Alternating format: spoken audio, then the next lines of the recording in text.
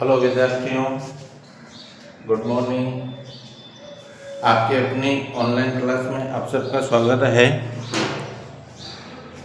आज भी अपन राजस्थान का भूगोल पढ़ते हुए अपनी क्लास को आगे बढ़ाते हैं। आप भी अपने दोस्तों को जोड़ लीजिए और इस क्लास को अपने दोस्तों तक आगे शेयर करते रहें।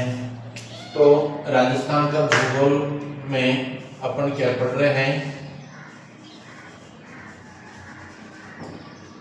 राजस्थान की सिंचाई परियोजनाएं और सिंचाई परियोजनाओं से संबंधित क्वेश्चन बनकर के जरूर आते हैं। जैसे लेवल सिस्टम में इम्पोर्टेंट पॉइंट है ये, और लेवल सिस्टम के एक एक पॉइंट को अपन विस्तार से अध्ययन करेंगे।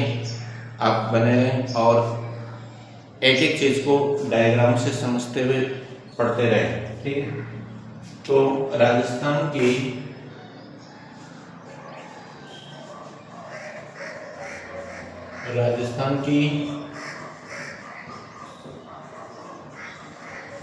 सिंचाई परियोजनाएं,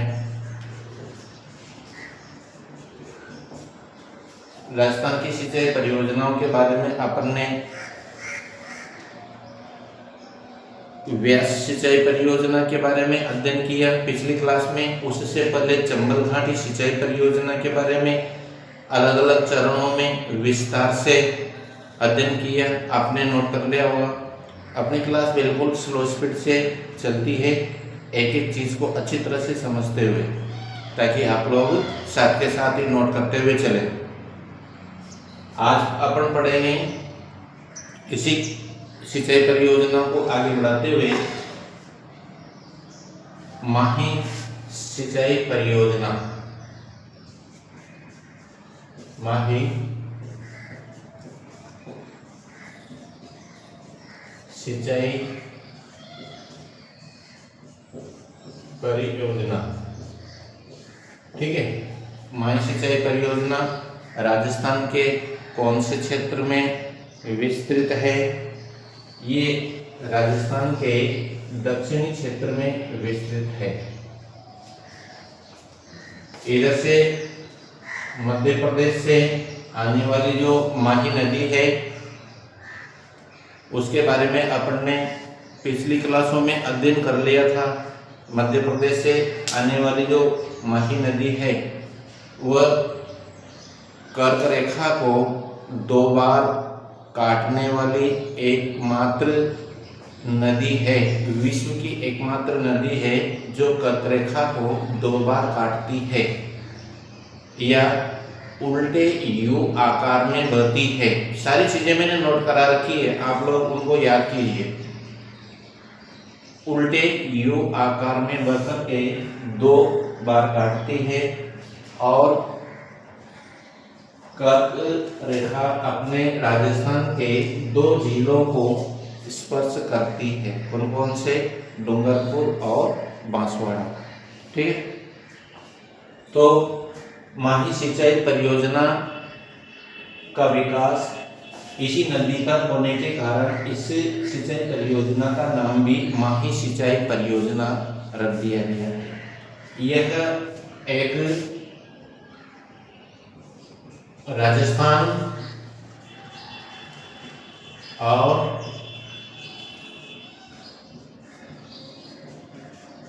गुजरात की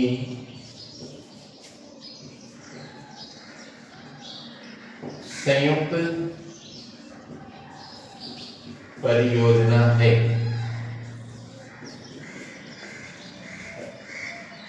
कितनी बार क्वेश्चन इस प्रकार से भी पूछ लिया जाता है कि कौन कौन से राज्यों की संयुक्त परियोजना है, कहाँ पर बनी हुई है, राजस्थान के कौन से जिले में है, इस प्रकार से।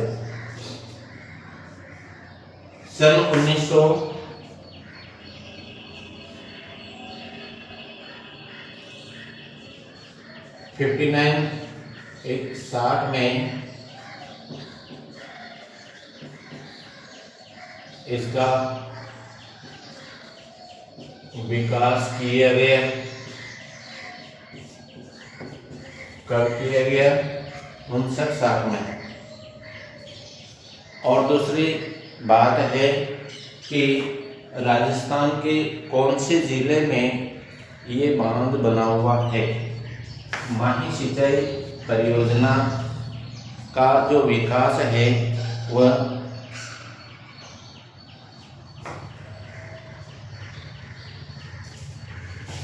ये है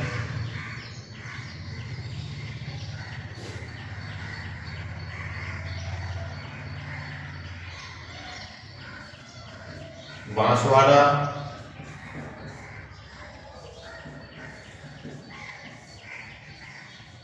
के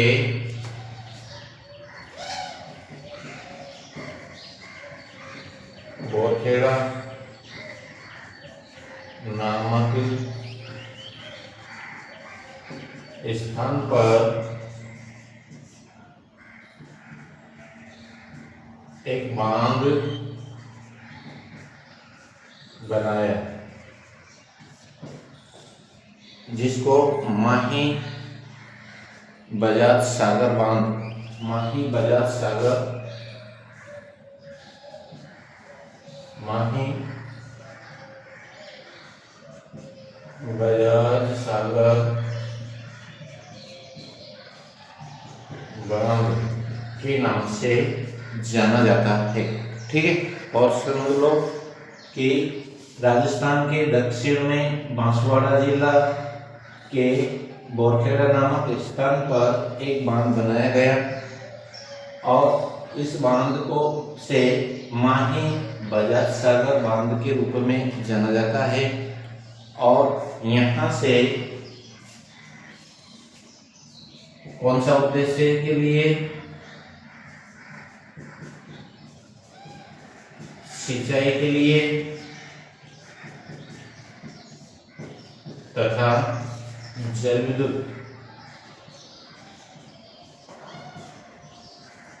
विद्युत उत्पादन के लिए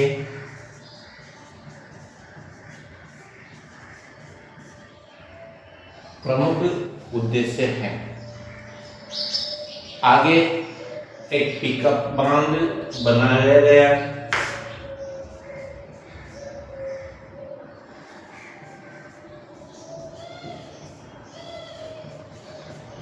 इससे आगे बांसवाड़ा जिले में ही एक कागदी पिकअप बांध बनाया गया है। कागदी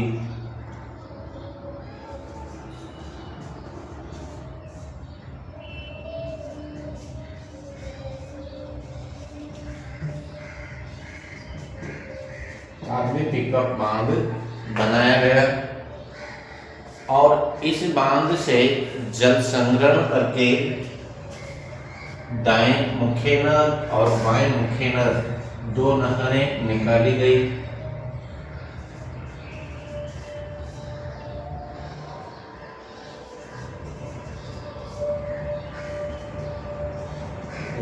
बाएं मुख्य नहर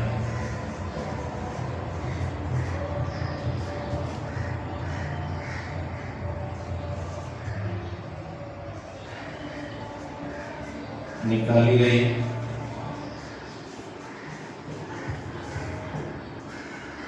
दाएं मुख्य नहर और बाएं मुख्य नहर निकाली गई। कहां से? ये जो माही बजाज सागर बांध है इससे आगे कागदी पिकअप बांध बनाया गया और कागदी पिकअप बांध से दो नहरें निकाली गई, दाएं मुख्य नहर और बाएं मुख्य नहर।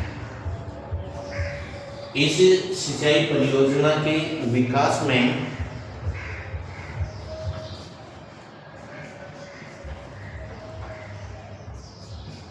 इसमें गुजरात सरकार ने 55% तथा राजस्थान सरकार ने 45%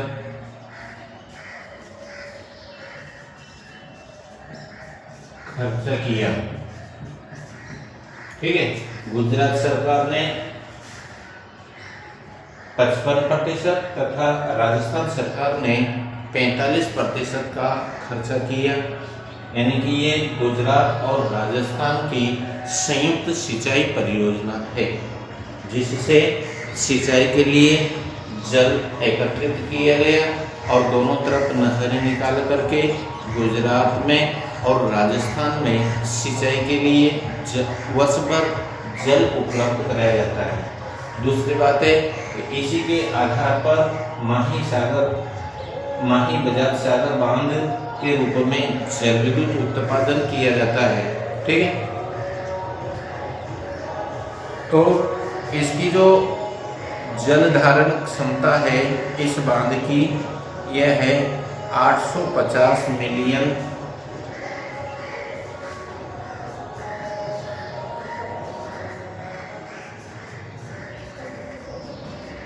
जल धारण क्षमता कितनी है? 850 मिलियन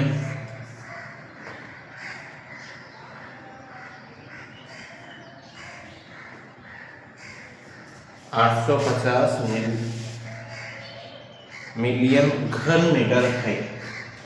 घन मीटर में ध्यान रखना कितनी बार इस प्रकार से भी क्वेश्चन बन करके आ जाता है कि जल धारण क्षमता का मापक मात्रक क्या है। जल धारण क्षमता का मापक मात्रक यह है मिलियन घन मीटर। मिलियन घन मीटर में मापा जाता है हमेशा। इसलिए जल धारण क्षमता, इसको कितना तक पानी इकट्ठा किया जा सकता है, ठीक है, तो इसको जल धारण क्षमता के रूप में जाना जाता है। तो इस प्रकार से दाएमुखी नहर और बाएमुखी नहर के रूप में दोनों तरफ नहरें निकाल करके और जल विद्युत उत्पादन किया गया और इस तरीके से मतलब इसका विकास किया जाता है। तो राजस्थान के डूंगरपुर और बांसवाड़ा वाले जो क्षेत्र है, इसमें कृषि उत्पादन के लिए वर्ष भर जल उपलब्ध कराया जाता है। दूसरी बात है कि इसका विकास करने का क्या कारण था कि राजस्थान के दक्षिणी क्षेत्र एक पठारी क्षेत्र है और इसकी आंतरिक जो चट्टानें हैं वह कठोर धरातल से बनी हुई है। ऊपर की जो मुलायम मिट्टी की जो परत है वह बारीक यानी कि कम मोटी है, इसकी बारीक परत पाई जाती है मिट्टी की और काली मिट्टी पाई जाती है। उपजाऊ मिट्टी तो है परंतु वह एक तरह से पतली परत के रूप में पाई जाती है और आंतरिक चट्टानी भाग है और आंतरिक चट्टानी भाग होने के कारण इसमें भूमिगत जल की कमी पाई जाती है। भूमिगत जल की कमी पाई जाती है।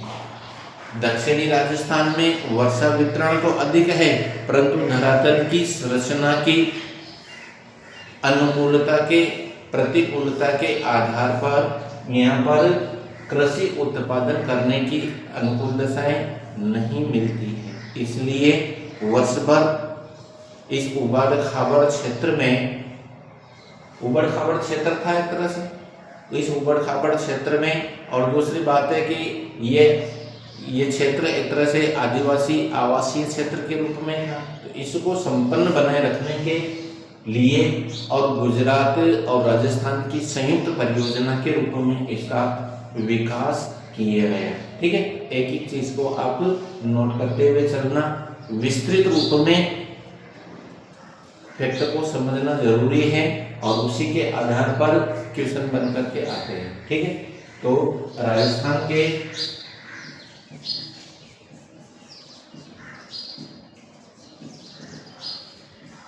दक्षिण में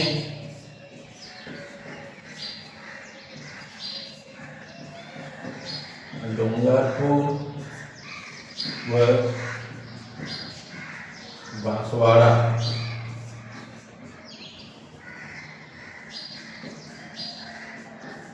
जिलों को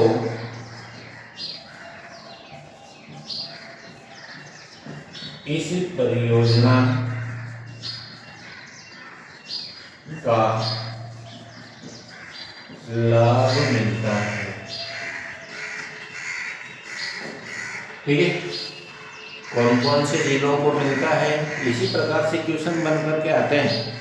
कौन सी परियोजना से राजस्थान के कौन कौन से जिले लाभान्वित है? डूंगरपुर और बांसवाड़ा जिलों को इससे लाभ मिलता है। और दूसरी विशेषता है, इस परियोजना, कौन सी परियोजना? माही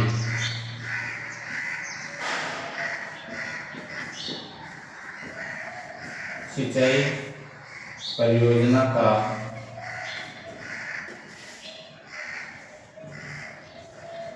विकास राजस्थान के दक्षिण में पठारी भूमि व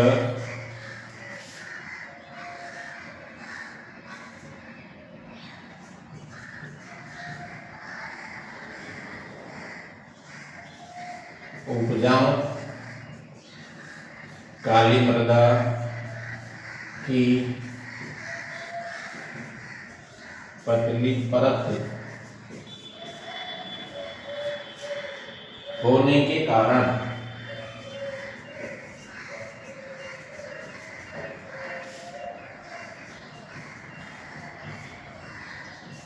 किए।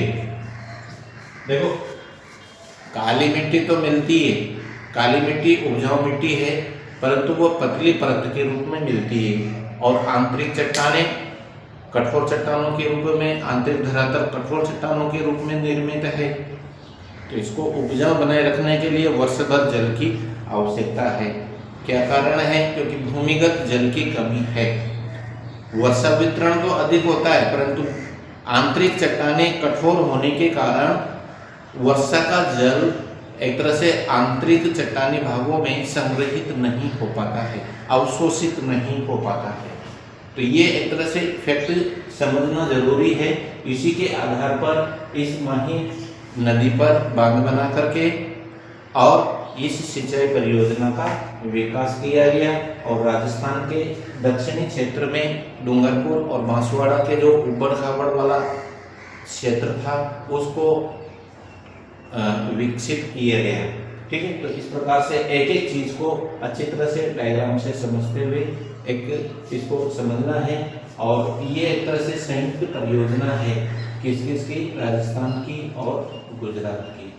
सन 1959 में इसको क्रियान्वित किया गया।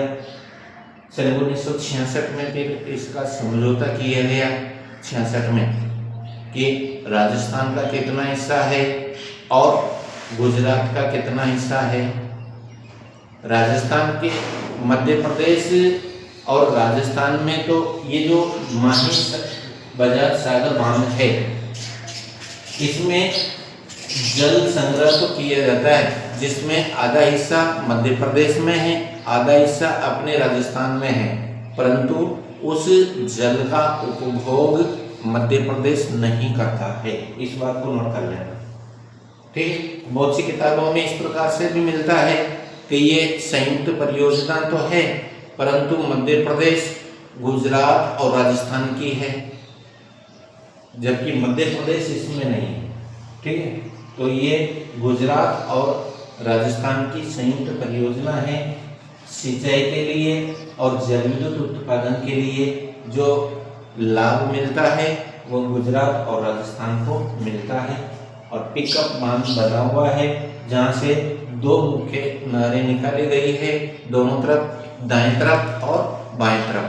दाएं तरफ की जो नहर है और बाएं तरफ की जो नहर है उनमें जितना भी खर्चा आया है इस परियोजना में, उसमें गुजरात सरकार ने 55% और राजस्थान सरकार ने 45% खर्च किया। ठीक है, इसकी जल धारण क्षमता इतनी है। इस प्रकार के फैक्ट को समझते हुए और नोट करते हुए चलना। इसी प्रकार से अपन आगे भी राजस्थान की जितने भी संयुक्त परियोजनाएं हैं, सिंचाई परियोजनाएं हैं, राजस्थान के कौन कौन से जिलों को लाभान्वित करता है, उन सब बातों को स्पष्ट रूप से समझते हुए नोट करते हुए चलेंगे। धन्यवाद।